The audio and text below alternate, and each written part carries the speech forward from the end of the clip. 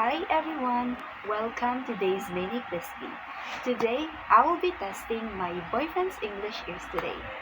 Can you tell the difference between Philippine English and Standard English? Well, let's see. Let's do this! Alright, you will be shown 10 phrases for each one. You will raise your board and show either Standard English or Philippine English. Got it? Yes, ma'am. So, this is our game rules. Are you ready? Yes. Okay, let's proceed to phrase number 1.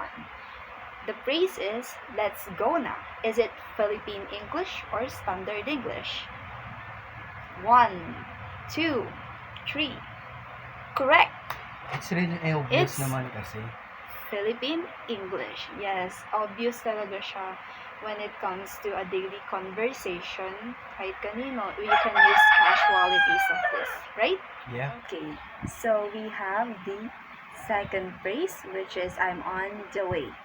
What is your answer? 1, 2, 3. Oh, that's actually not a standard English. It is a Philippine English. Actually, it's accepted naman kasi here in the Philippines, what we use is every day. Yes, okay. So, okay, down to the next phrase. Please sit down. 1, 2, 3. Okay, that's actually correct. That's not a standard English. Kasi it's redundancy but still majority of the Filipinos are using it.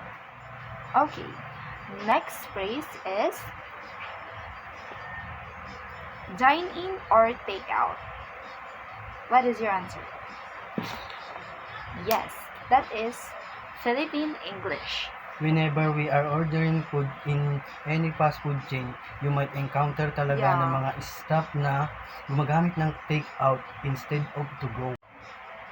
So, next, phrase 5, we have, can you please lower down the volume? Okay, raise your board. Yes, that is correct. It's If really I hard can though. remember, actually when our teacher asks if the phrase is correct, majority of the class said it correct, then our teacher say it's actually Philippine English. Okay, phrase number 6, we have, she is very presidentiable. Is it Philippine English or Standard English? Actually, is not a Standard English, but a Philippine English. I thought presidentiable is an adjective, kaya sinagot ko standard. I see. Because I encountered this in class, I thought it is really an adjective as well. Pero it is really an adjective if we are talking about Philippine English. But if we are talking about the Standard English, of course, it's not accepted or it's not hindi pa siya recognized kumbaga.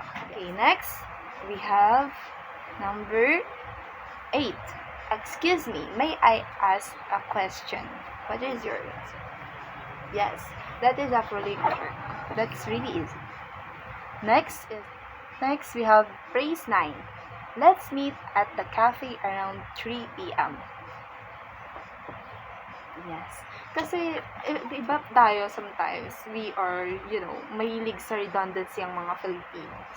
Kasi, if I am a Filipino and follow any grammar rules, I would say, let's meet at the cafe around 3 p.m. in the afternoon. Ganun talaga, di ba? Okay, lastly, do you want to grab something to eat? What is your answer? Yes, that is a standard English. Okay, that's it for you all, and thank you for watching this.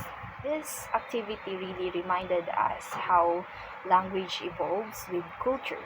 Sometimes we use certain phrases so often that we do not even realize they are actually part of Philippine English, and that is okay.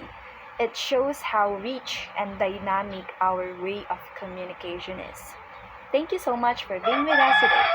We hope you learned something new and had fun at the same time.